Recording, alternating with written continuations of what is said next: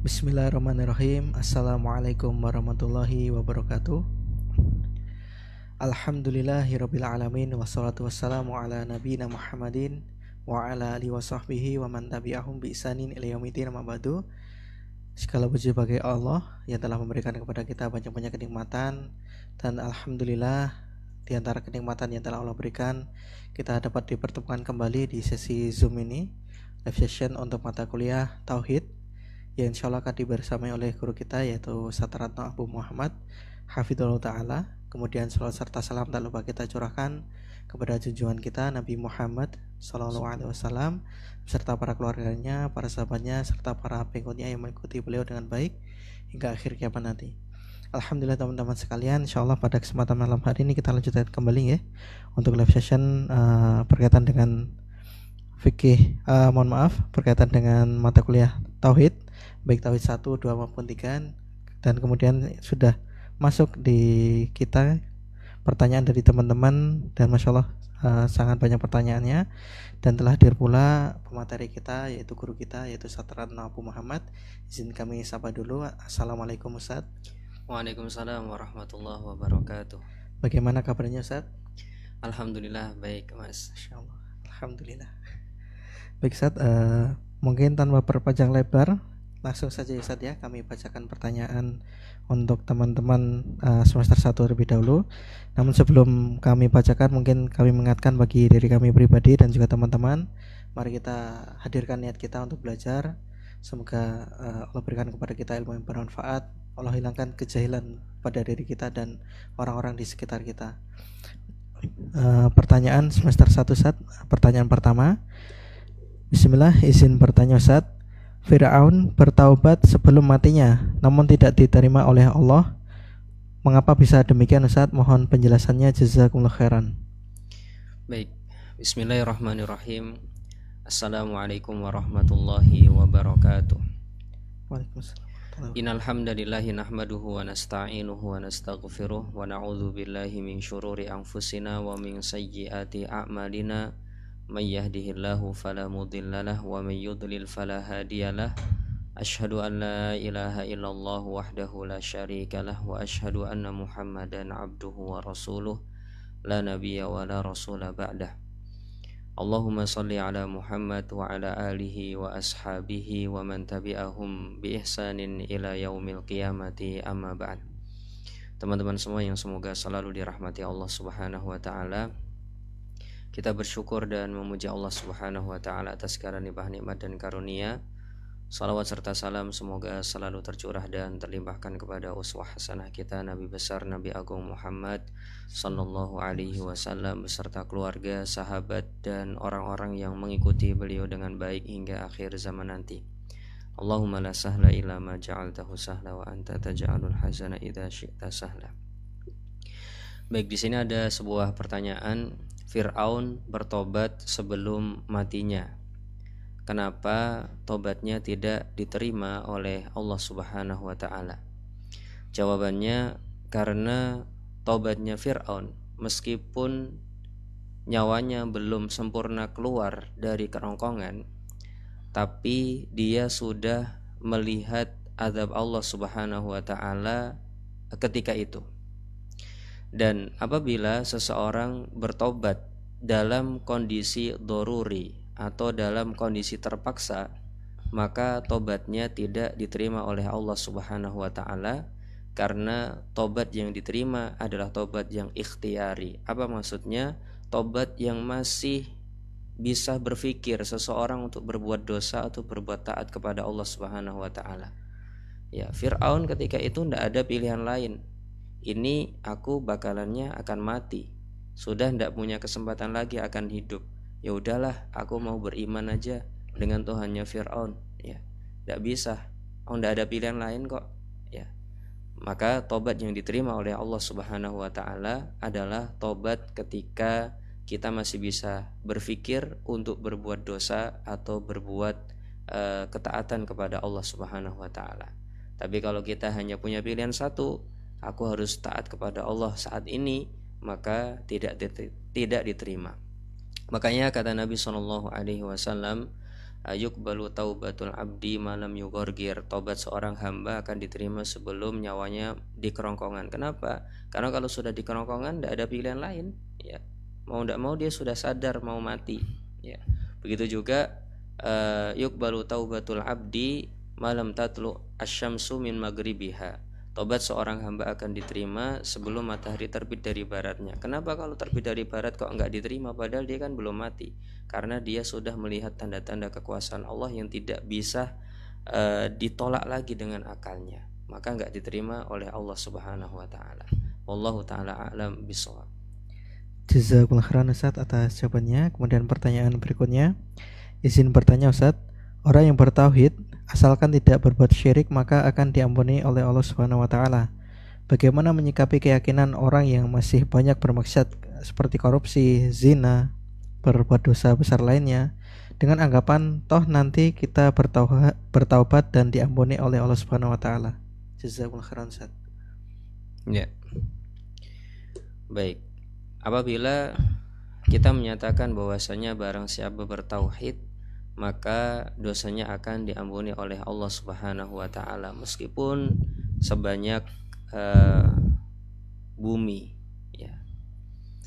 Terus apabila ada orang yang belajar tentang keutamaan tauhid ini, kemudian dia menyatakan, ya sudahlah kalau begitu aku tak berbuat dosa saja, namun aku akan terus mengesahkan Allah Subhanahu wa taala dalam beribadahanku. Maka jawabannya, orang ini tertipu dengan panjangnya angan-angan, ya.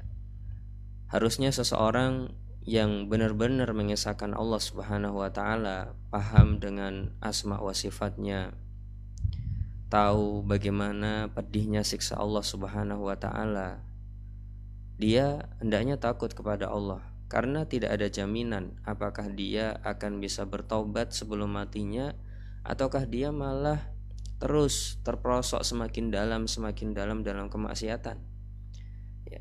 Kita tidak tahu bagaimana nasibnya. Maka dari contoh para sahabat terdahulu, mereka sangat takut berbuat dosa. Makanya Anas bin Malik radhiyallahu anhu mengatakan, sungguhnya dulu kami saat melakukan perbuatan dosa, kita merasa sedang di bawah gunung, yang hampir saja gunung-gunung itu jatuh menjatuhi kita. Tapi kami merasa kalian menganggap dosa-dosa itu sesuatu yang remeh, sebagaimana kalian menganggap dosa itu seperti lalat yang menghinggap di hidung kalian, kemudian kalian usir sedikit langsung lalatnya pergi, ya. Ya, ini adalah kekurangan kita pada zaman ini. Semoga saja Allah Subhanahu wa taala memperbaiki kita semua. Wallahu taala a'lam bishawab. Baik Ustaz, jazakumullah khairan atas jawabannya Ustaz. Kemudian pertanyaan berikutnya, izin bertanya Ustaz. Mohon maaf Ustaz, saya masih belum paham dengan yang dimaksud makna tauhid secara istilah seperti rububiyah, uluhiyah, dan asma wa sifat. Apakah bisa diberikan contohnya masing-masing Ustaz? Jazakumullah khairan. Ya, baik, makna tauhid, rububiyah, uluhiyah, asma wa sifat. Jadi tauhid itu kan asal katanya wahada yuwahidu tauhidan, yang artinya mengesahkan atau hanya satu. Ketika kita mengatakan ada tauhid rububiyah, artinya kita mengatakan yang bisa melakukan tindakan ketuhanan seperti ini hanya Allah Subhanahu wa taala. Jika kita ditanya siapa yang bisa memberikan rizki kepadamu, maka kalau kita yakin dan menjawab Allah, maka kita telah meyakini Allah dengan tauhid rububiyah. Kalau kita menyatakan siapa yang bisa memberimu rizki ini, ya, kalau di dalam hati jawabannya bukan selain Allah, dia belum bisa merealisasikan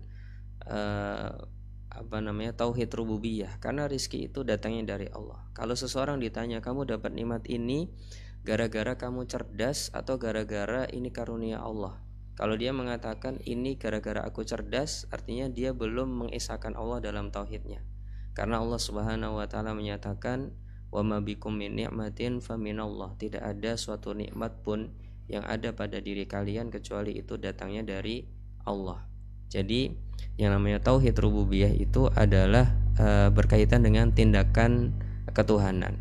memberikan rizki, memberikan anak, memberikan nikmat, menimpakan bencana. Siapa yang kita jawab apabila ditanya siapa? Kalau jawabannya Allah, kita sudah mentauhidkan Allah Subhanahu wa taala secara rububiyah. Ketika kita ditanya itu temanmu kenapa dapat nikmat banyak? Ya. Kalau kita ridho dengan itu, artinya kita sudah mentauhidkan Allah secara rububiyah. Tapi kalau kita masih hasad, iri dan dengki, kita belum sempurna tauhid rububiyahnya, karena kita masih meyakini itu gara-gara dia sendiri. Padahal kan itu bagian dari Allah Subhanahu wa taala, dibagikan oleh Allah Subhanahu wa taala dengan ilmunya. Ya, ini implikasi dari tauhid rububiyah apabila dijabarkan semakin melebar. Baik, kemudian tauhid uluhiyah. Yang namanya tauhid uluhiyah itu berkaitan dengan ibadah seseorang.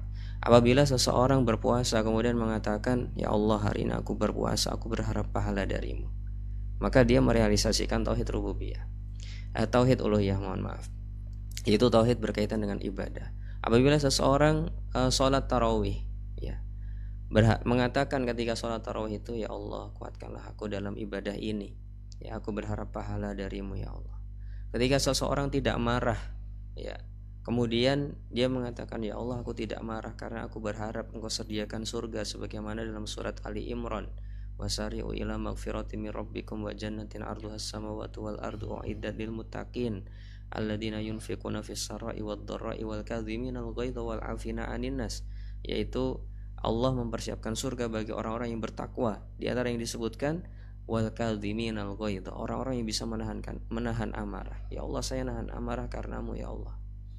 Ketika kita memberi makan kepada seseorang, kemudian kita mengatakan, "Ya Allah, aku memberi makan ini kepada orang lain, saya berharap pahala darimu ya Allah." Ketika kita berbuat baik kepada istri, kita mengatakan, "Ya Allah, saya berbuat baik ini karenamu ya Allah, berharap pahala darimu." Ketika kita berbuat baik kepada suami, memasakkan suami, "Ya Allah, saya berbuat seperti ini bukannya sekedar aku mencari keridhaan suamiku, tapi aku sedang beribadah kepadamu ya Allah." Dia sedang merealisasikan tauhid uluhiyahnya.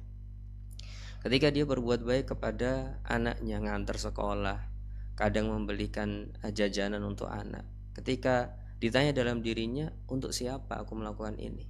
Ya, ketika dia menjawab, aku pengen pahala dari Allah, dia merealisasikan tauhid uluhiyahnya. Kemudian tentang tauhid asma wa sifat, artinya kita sedang mengisahkan Allah Subhanahu wa taala dalam asma wa sifatnya, nama-nama Allah yang harus diberikan hanya kepada Allah Subhanahu wa taala saja, atau dinamai dengannya hanya Allah Subhanahu wa taala saja, kita namakan itu untuk Allah Subhanahu wa taala saja, ya. Tidak untuk orang lain, ya. Wallahu taala alam bisawab. Ini berkaitan dengan tauhid rububiyah, uluhiyah maupun asma wa sifat. Wallahu taala alam bisawab. Baik Ustaz, jazakumullah khairan atas jawabannya. Kemudian pertanyaan berikutnya Ustaz. Assalamualaikum Ustaz, izin bertanya. Apa tujuan kita mengetahui makna tauhid secara bahasa dan istilah? Dan apakah keutamaan tauhid itu hanya bisa didapatkan oleh orang yang telah memahami tauhid? Dan bagaimana dengan yang baru belajar? Dan yang terakhir Ustaz, Allah mengampuni dosa yang orang yang bertauhid walaupun dosanya sepenuh bumi. Apakah maksudnya di sini adalah yang bertauhid akan masuk surga tanpa hisab? Jazakumullah khairan Ustaz. Baik. Tauhid tanpa hisab. Baik, apa fungsinya kita mengetahui makna tauhid secara bahasa? Jawabannya agar kita nanti bisa paham asal katanya, kemudian tahu maknanya, kemudian merealisasikan makna tersebut. Jadi secara bahasa tauhid adalah wahada yuwahidu tauhidan, yang artinya mengesahkan. Jadi harapannya kita nanti akan mengesahkan Allah Subhanahu wa taala. Nah, mengesahkan Allah, menjadikan Allah hanya satu-satunya, itu padahal apa? Nah, itulah ada di istilah. Padahal rububiyahnya, uluhiyahnya, dan asma wa sifatnya. Baik, apakah orang yang sudah memiliki ilmu tinggi, ya, tentang tauhid baru bisa mendapatkan fadilah tauhid? Jawabannya tidak. Jawabannya adalah ketika seseorang sudah merealisasikan tauhid, hanya mengesahkan Allah dalam rububiyah, tindakan-tindakan ketuhanan, Ya, dia nggak pernah minta sama nenek moyang yang sudah wafat, tolong saya dilancarkan rizkinya, tolong saya diberikan keturunan. Tidak pernah bilang seperti itu kepada nenek moyangnya yang sudah mati. Artinya dia sudah mentauhidkan Allah dalam rububiyahnya. Ketika seseorang sudah mengisahkan Allah dalam ibadahnya, dia nggak paham itu tauhid uluhiyah itu apa, tauhid rububiyah itu apa, tauhid asma wa sifat itu apa, nggak paham. Tapi setiap kali beribadah, aku beribadah ini hanya untuk Allah saja, bukan untuk selainnya. Maka dia telah merealisasikan tauhid uluhiyah meskipun dia tidak paham itu tauhid uluhiyah itu apa, makna secara bahasa itu apa. Tapi selama dia beribadah hanya kepada Allah, tidak kepada selainnya, dia telah merealisasikan tauhid rububiyah. Begitu juga tauhid asma wa sifat dan yang semisalnya. Sehingga apakah ketika seseorang memahami tauhid baru dia dapat fadilahnya? Jawabannya enggak. Selama dia sudah mengaplikasikan tauhid dalam kehidupan sehari-hari, meskipun dia tidak paham secara teori, maka dia mendapatkan fadilahnya tauhid tersebut. Baik, kemudian ketika seseorang bertauhid, apakah artinya dia akan masuk surga tanpa azab dan tanpa hisab? Jawabannya belum tentu. Kenapa? Karena ada sebagian orang yang sudah bertauhid tapi dia melakukan dosa-dosa. Ada yang melakukan dosa kecil, ada yang melakukan dosa besar. Memang dia mentauhidkan Allah Subhanahu wa taala, tapi dia masih melakukan dosa. Nanti di hari kiamat maka dia akan dibersihkan dulu dari dosa-dosanya, baru dimasukkan ke dalam surga. Begitu. Jadi kalau mau masuk surga tanpa adab dan tanpa hisab harus sesuai dengan hadisnya. Humul ladzina la yastarqun wa la yaktawun wa la yatatayyarun wa ala rabbihim yatawakkalun. Itu mereka orang-orang yang tidak melakukan kai, tidak meminta diruqyah, tidak melakukan tatayyur, tidak ada anggapan-anggapan sial dengan masa, benda, waktu dan yang semisalnya. Begitu juga selalu bertawakal kepada Allah Subhanahu wa taala, maka orang-orang yang memenuhi 4 syarat ini dia akan masuk surga tanpa azab dan tanpa hisab. Wallahu taala a'lam bishawab. Baik Ustaz, jazakumullah khairan atas jawabannya Ustaz. Kemudian pertanyaan berikutnya, izin bertanya Ustaz, apakah ada penggolongan syirik besar dan syirik kecil, dan apa perbedaan dan konsekuensinya bagi keimanan seseorang, dan bagaimana cara bertaubat baik dari syirik besar maupun dari syirik kecil?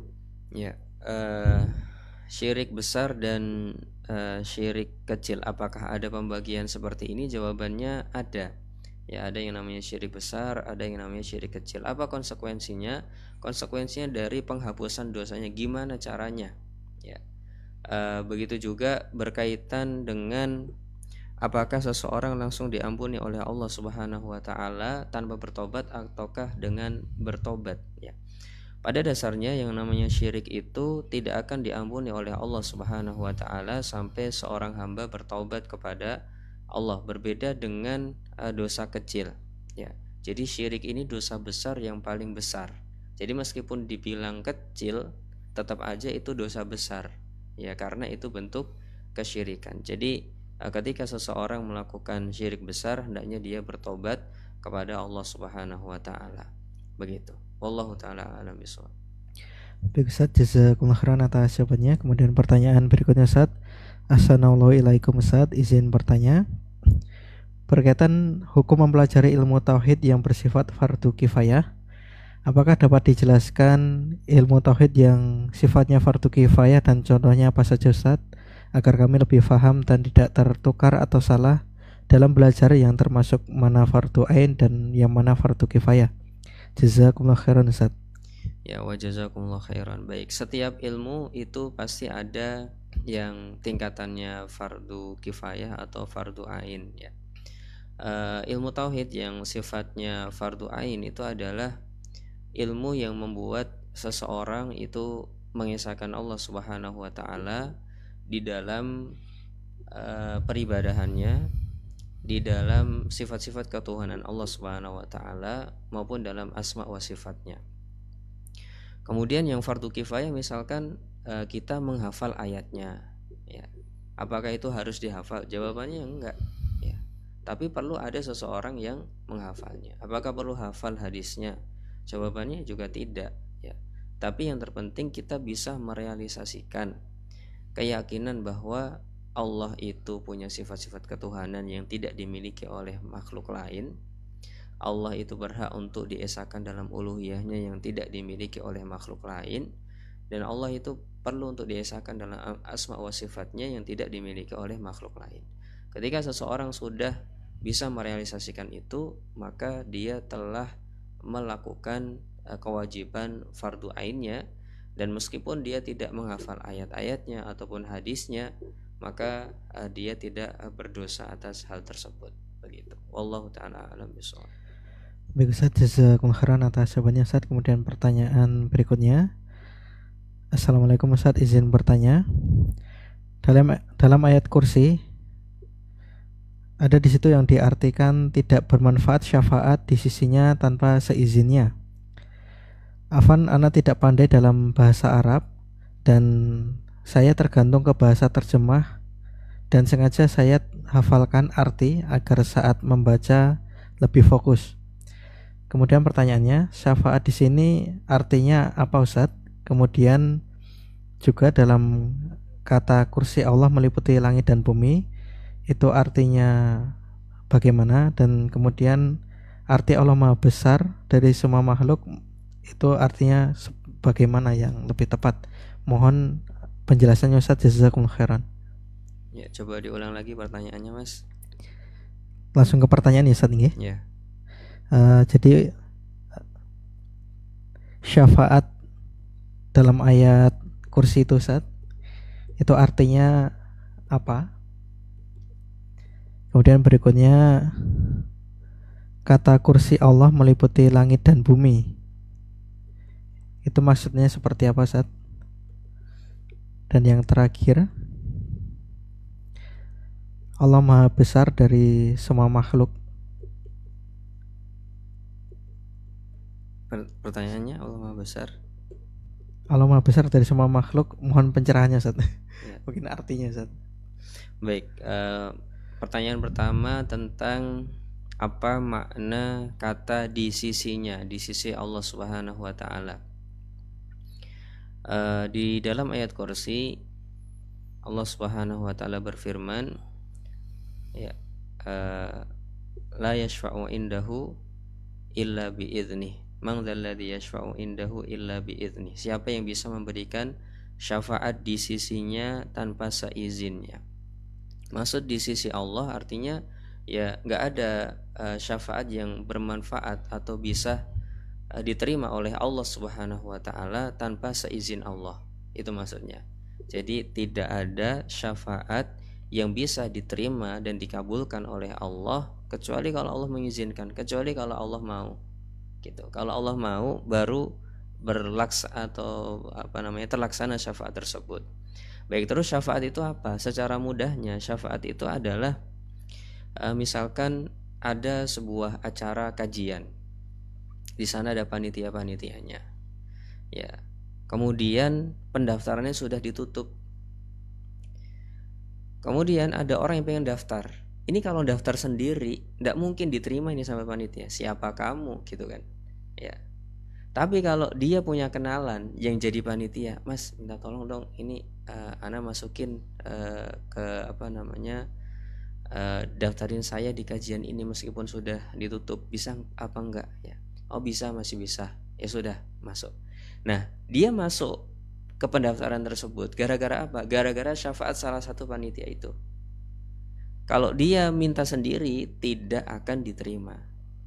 Sama dengan syafaat di sisi Allah Subhanahu wa taala hampir sama. Misalkan dia minta sendiri, ya Allah tolong ampuni saya, tolong maafkan saya, tidak diterima.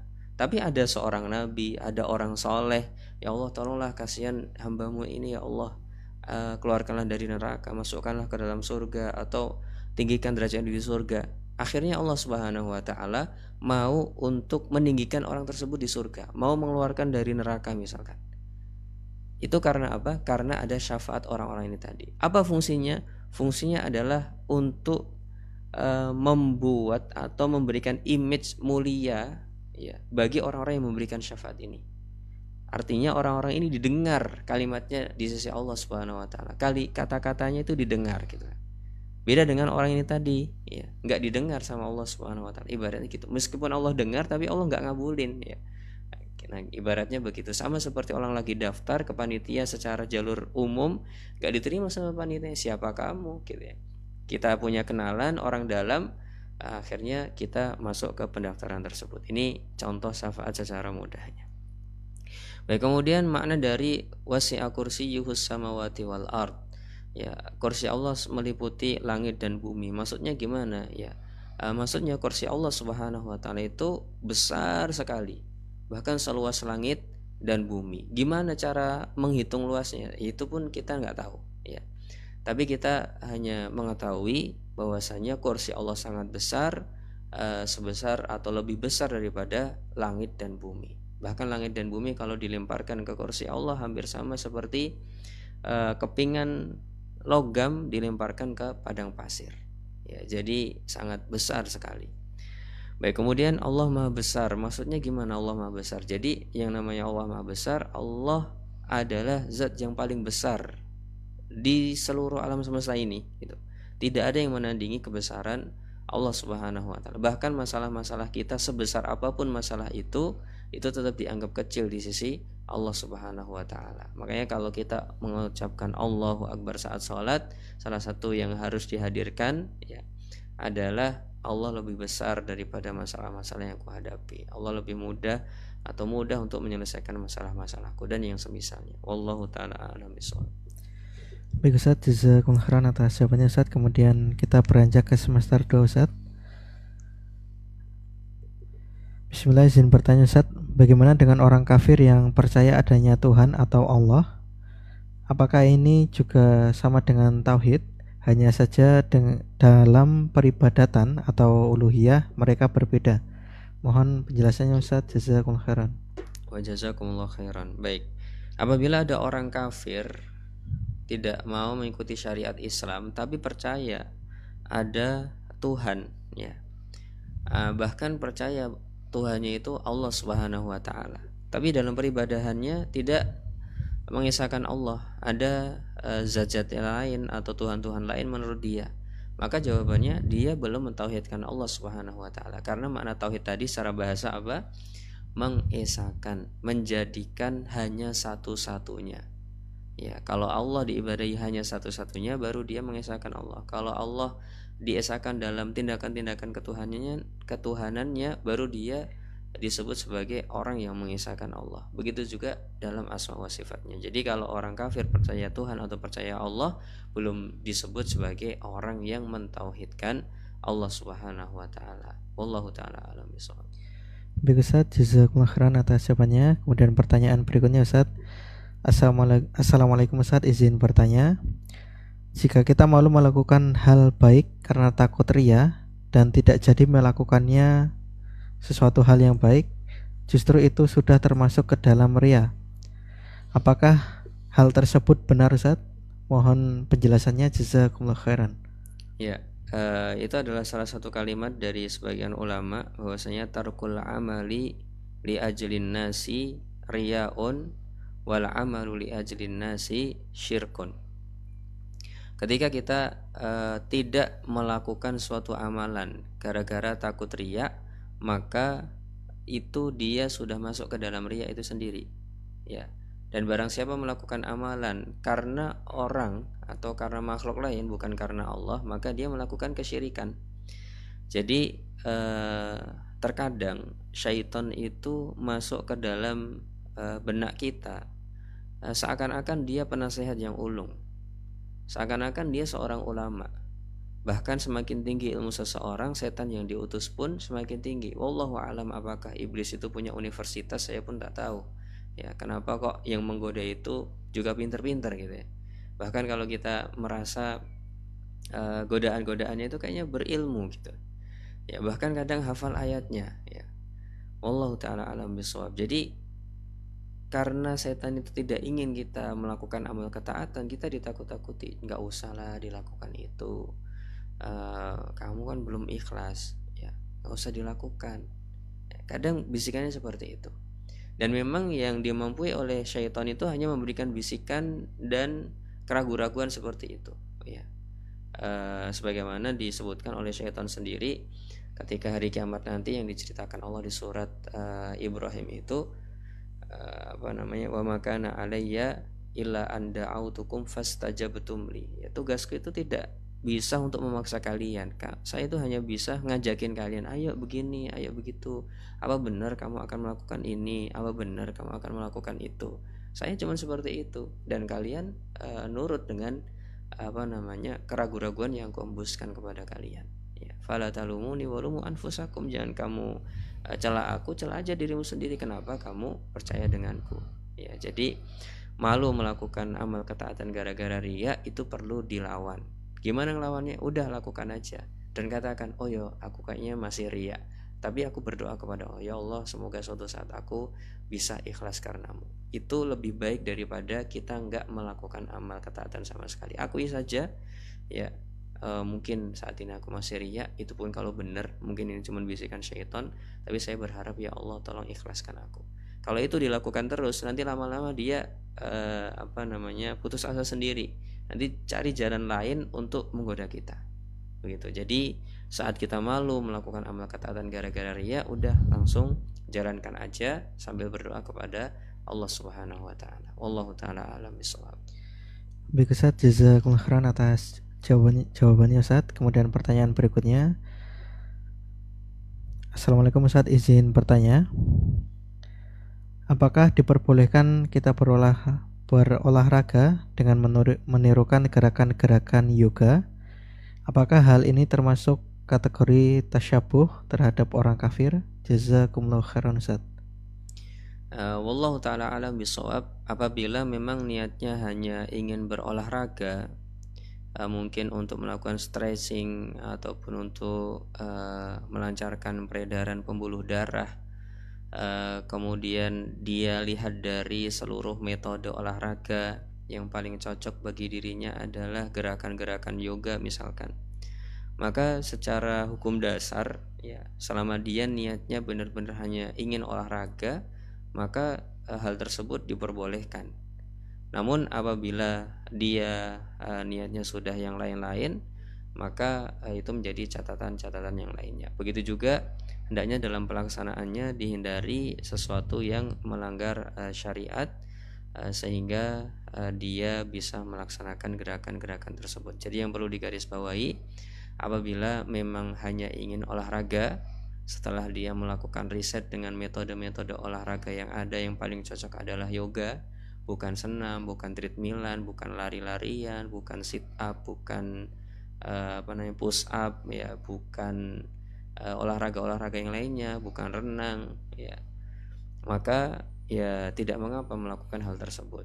Sebagaimana orang-orang kafir kadang mengajari kita tentang cara-cara stretching, gimana cara stretching orang yang kena saraf kejepit, gimana cara stretching kalau saraf kejepitnya di V4 V5 atau di bagian bawah sini ya, gimana caranya ya. Kadang mereka mengajari, dan itu orang-orang kafir yang mengajarkan ya. Jadi kalau memang niatnya hanya ingin sekedar olahraga, maka lakukan gerakan-gerakan tersebut tanpa melanggar syariat-syariat yang ada. Wallahu taala a'lam bishawab.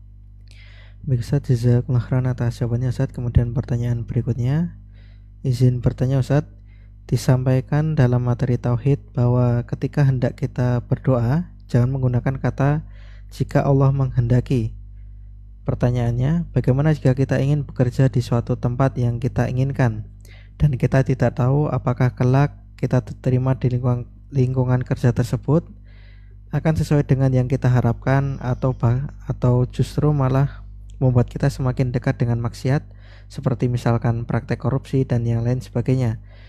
Dalam hal ini, apakah kita harus tetap berdoa secara tegas berharap diterima di pekerjaan itu, atau memakai kalimat jika Allah menghendaki? Jazakumullah khairan Ustaz.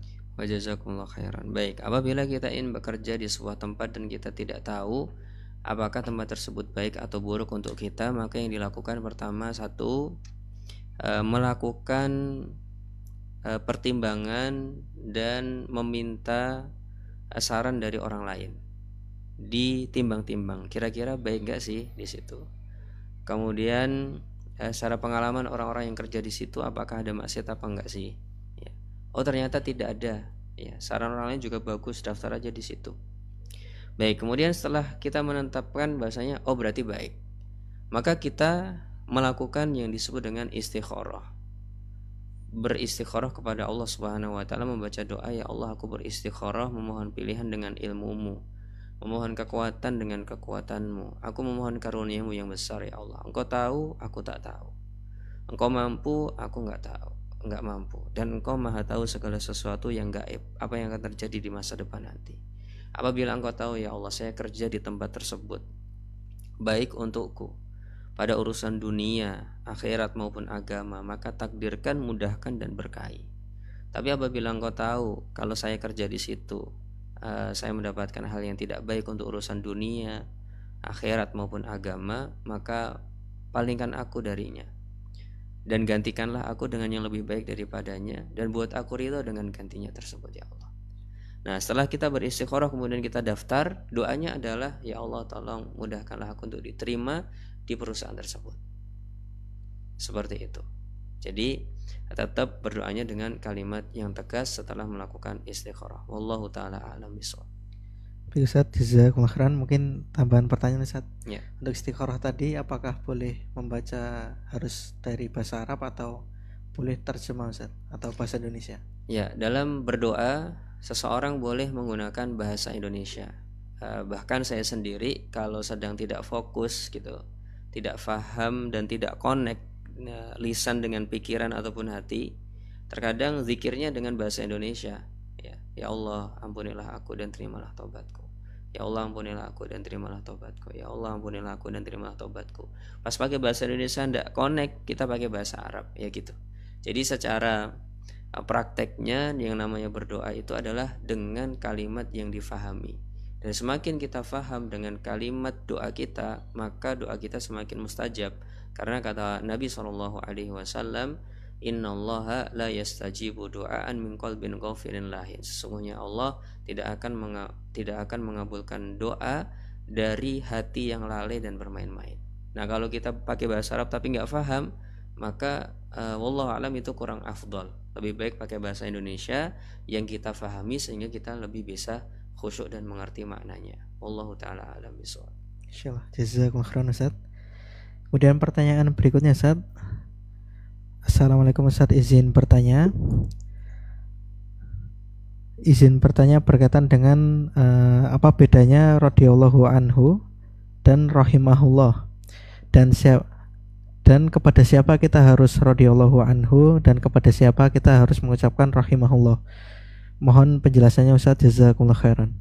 Baik, pertanyaannya kepada siapa kita membaca radhiyallahu anhu dan kepada siapa kita membaca rahimahullah.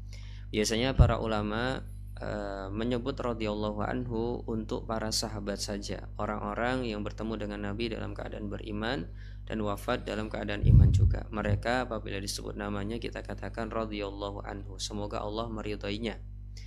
Ya, adapun rahimahullah maka ini biasanya dilakukan oleh para ulama untuk menyebut para ulama yang lain selain para sahabat, sehingga para tabi'in, para tabi'ut tabi'in dan sampai ulama pada zaman kita, kalau mereka sudah meninggal kita sebutnya rahimahullah.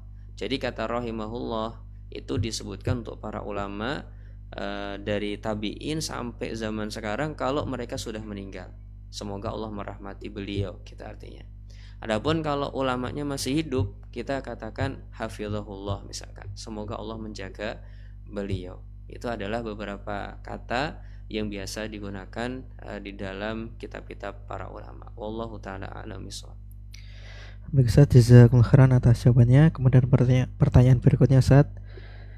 Izin bertanya Ustaz, saya memiliki penyakit was-was dan saya sering sekali mendapati was-was untuk meniatkan ibadah untuk selain Allah atau syirik besar. Saya berusaha melawannya, tetapi seringkali saya merasa tidak dapat melawan was-was tersebut dan merasa bahwa saya telah benar-benar meniatkan ibadah saya untuk selain Allah. Ya. Apakah yang seperti ini dihukumi kafir dan bagaimana mengatasi was-was ini Ustaz? Mohon arahannya, jazakumullahu khairan. Baik, apakah orang yang mendengarkan kalimat aku beribadah ini untuk penunggu di sini, aku beribadah ini gara-gara Pak A melihatku.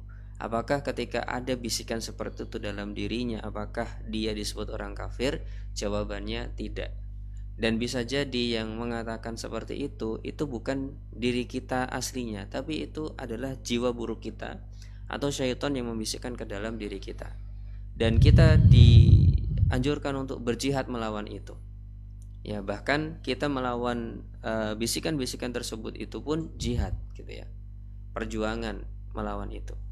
Baik, kemudian bagaimana caranya melawan bisikan-bisikan was-was?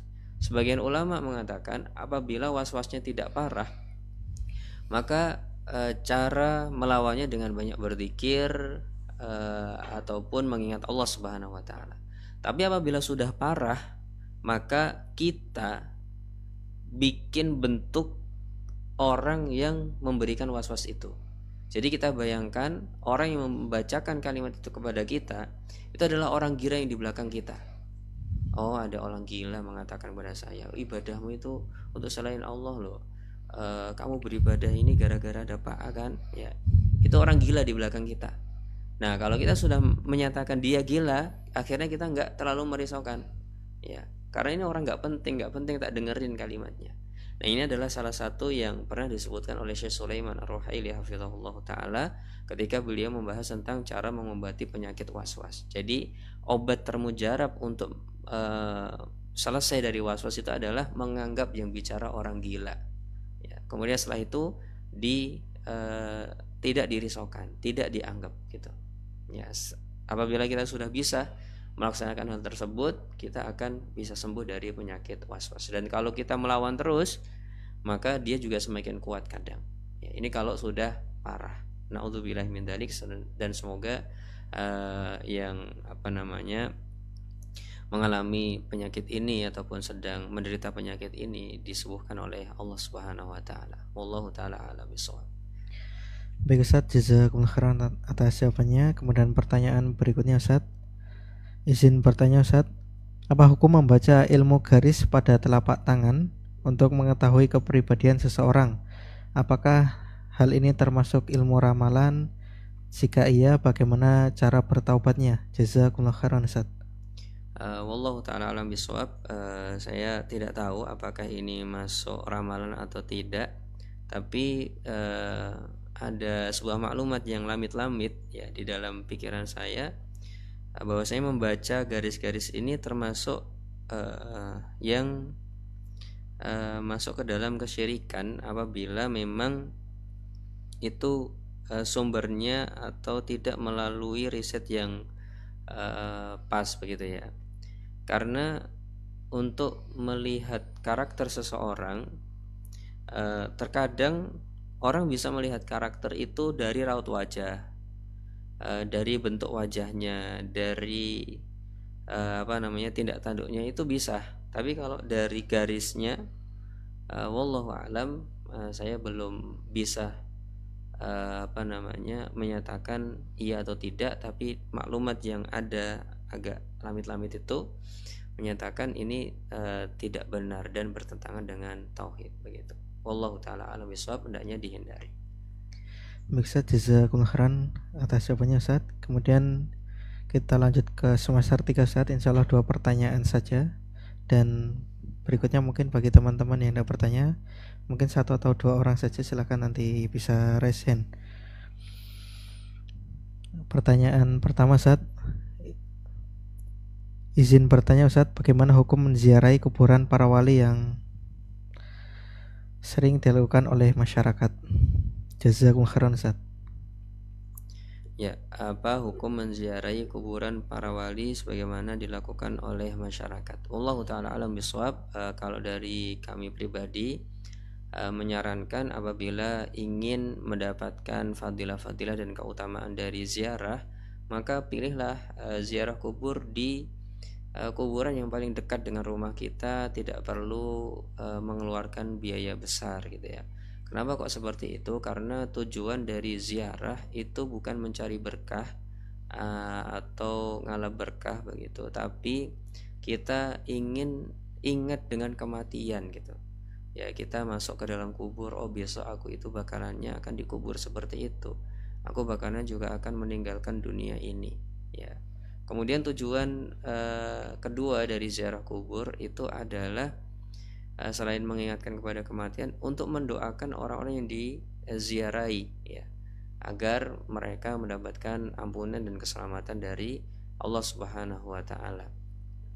Begitu juga jangan sampai meniatkan ziarah kubur yang jauh-jauh dalam rangka beribadah, ya. Kalau sudah ada niatan-niatan beribadah, ya, maka hendaknya dihindari, begitu. Wallahu taala alam bisawab.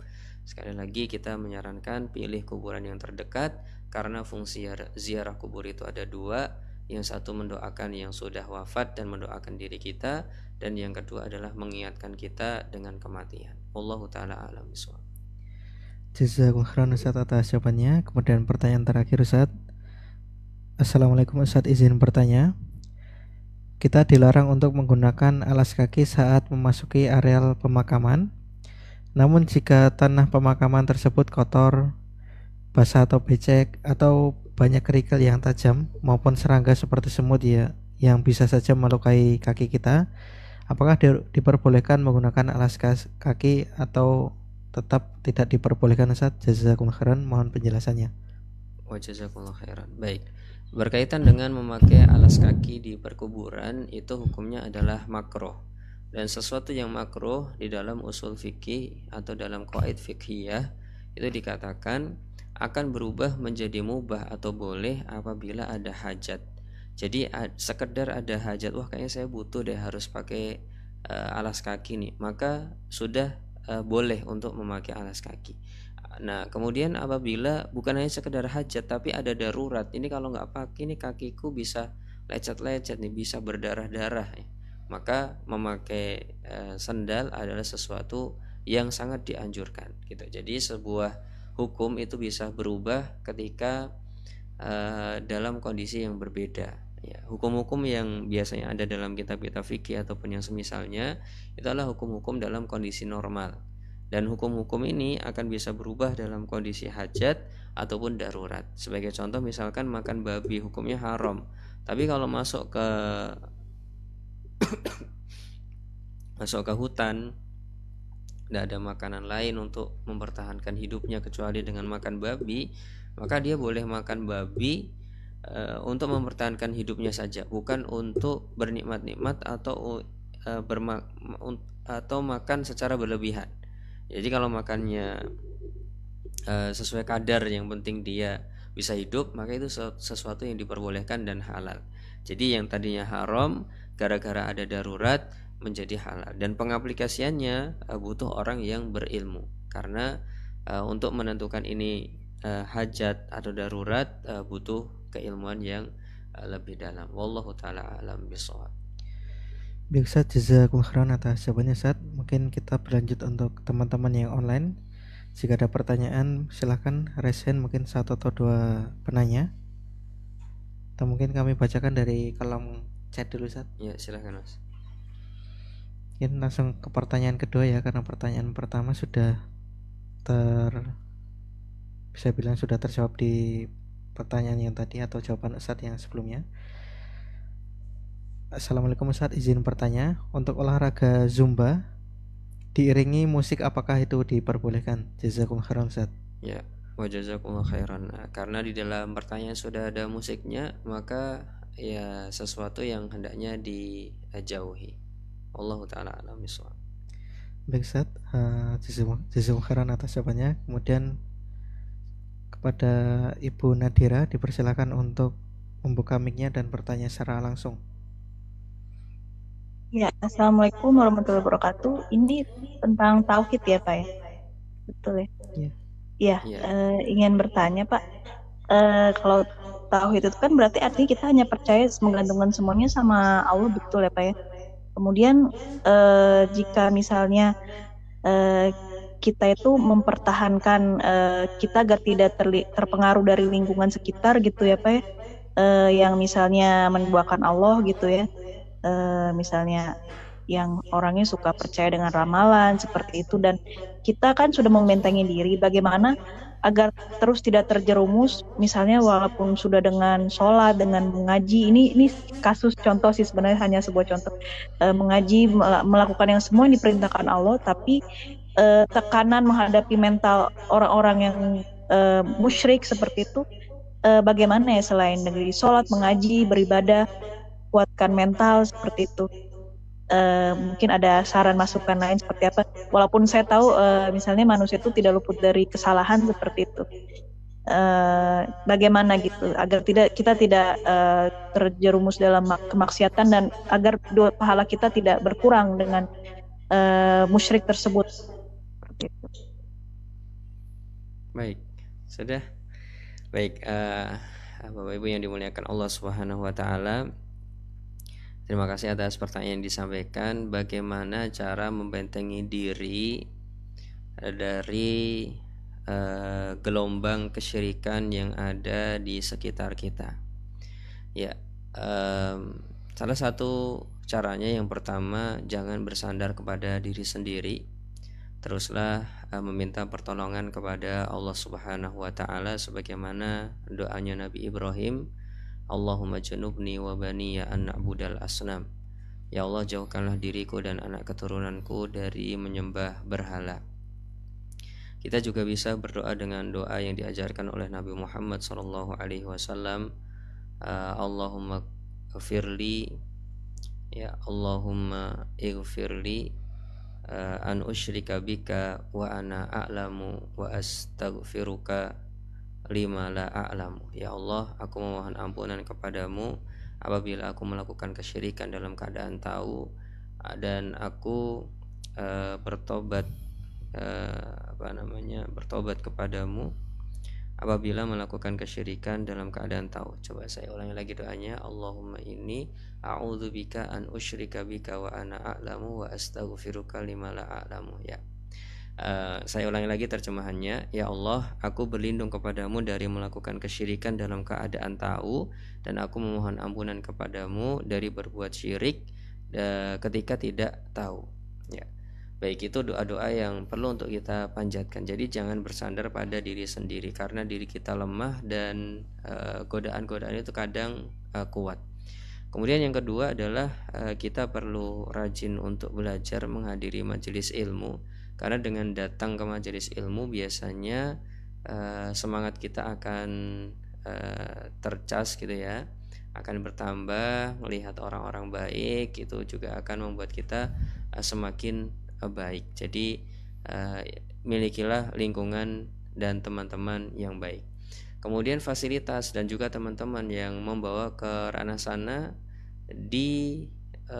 minimalisir, artinya kita berusaha untuk menjauhi semaksimal yang kita mampu, ya. Dan kalau bisa benar-benar diputus hubungannya, dalam artian kita lost kontak ataupun tidak menghubungi mereka, itu bagus. Kemudian hubungannya dengan mereka misalkan hanya sekedar bekerja saja atau dalam hubungan muamalah yang simpel gitu, itu lebih bisa menyelamatkan kita. Ya, wallahu taala alam bisawab. Itu 3 tips yang semoga saja bisa diaplikasikan. Yang pertama doa, yang kedua tadi berusaha menjauh dari sarana dan prasarananya, kemudian milikilah lingkungan dan teman-teman yang mendukung kepada ketauhidan. Wallahu taala alam bisawab. Baik, Ustaz, jazakumullah khairan atas jawabannya. Satu penanya lagi, Ustaz. Ya, baik, silakan. Kepada Bapak Agus, dipersilakan untuk membuka mic-nya dan bertanya secara langsung. Assalamualaikum warahmatullahi wabarakatuh. Waalaikumsalam warahmatullahi wabarakatuh. Izin bertanya Ustaz terkait dengan perbedaan kufur, kafir dan musyrik. Apakah kufur itu sama dengan kafir sehingga orang yang berbuat kufur itu otomatis keluar dari Islam, atau kufur itu belum tentu mengeluarkan seseorang dari Islam? Yang berikutnya, apakah musyrik itu juga pasti kafir, dan apakah juga mengeluarkan seorang dari Islam? Mohon penjelasannya. Baik, sepenangkapan saya, apa bedanya kafir dan kufur? Kafir itu adalah orangnya, sedangkan kufur itu adalah perbuatannya. Apakah semua orang yang melakukan perbuatan kekufuran dia otomatis langsung keluar dari agama Islam? Jawabannya tidak. Ya. Baik, kemudian apakah musyrik itu kufur? Ya. Apakah musyrik itu kufur? Maka jawabannya iya, musyrik itu adalah perbuatan kekufuran. Apabila perbuatan kemusyrikan dan kekufuran dilakukan setelah seseorang mendapatkan keilmuan bahwasanya tindakannya tersebut merupakan kekufuran dan kemusyrikan, maka bisa jadi dia masuk ke dalam atau bisa jadi dia dihukumi sebagai orang kafir. Begitu. Wallahu taala alam bisawab. Semoga saja sudah memuaskan pembahasan tentang kafir, kufur dan musyrik ya. Wallahu taala alam bisawab. Insyaallah. Baik, kami ucapkan jazakumullah khairan kepada Ustaz Ratna Abu Muhammad atas banyak jawaban yang telah disampaikan. Semoga menjadi ilmu yang bermanfaat bagi kita semua dan menjadi penambah pahala bagi Ustadz, dan kita selalu berdoa kepada Allah semoga Allah istiqomahkan kita ke dalam Islam dan iman, kemudian Allah berikan kepada kita ilmu yang bermanfaat dan juga amalan yang diterima. Mungkin pada kesempatan malam hari ini kita cukupkan. Sekali lagi kami ucapkan jazakumullah khairan kepada Ustadz, juga kami ucapkan jazakumullah khairan kepada teman-teman semua yang telah hadir pada kesempatan Zoom pada malam hari ini. Juga kami ingatkan insyaallah besok kita adakan lagi untuk live session. Insyaallah akan dibersama oleh Ustaz Musa Jundana untuk membahas fikih ibadah 1 dan 2 dan 3 insyaallah. Mungkin demikian live session kita malam hari ini. Mari kita tutup dengan bersama-sama membaca doa kafaratul majelis. Subhanakallahumma bihamdika asyhadu alla ilaha illa anta astaghfiruka wa atubu ilaik. Demikian kami selaku MC dan juga teman-teman yang bertugas. Mohon maaf apabila terdapat sedikit maupun banyak kesalahan atau kekurangan dalam memandu sesi live session malam hari ini. Izin kami tutup. Wassalamualaikum ala nabiyina Muhammadin wa ala alihi wasahbihi wasallam. Assalamualaikum warahmatullahi wabarakatuh. Waalaikumsalam.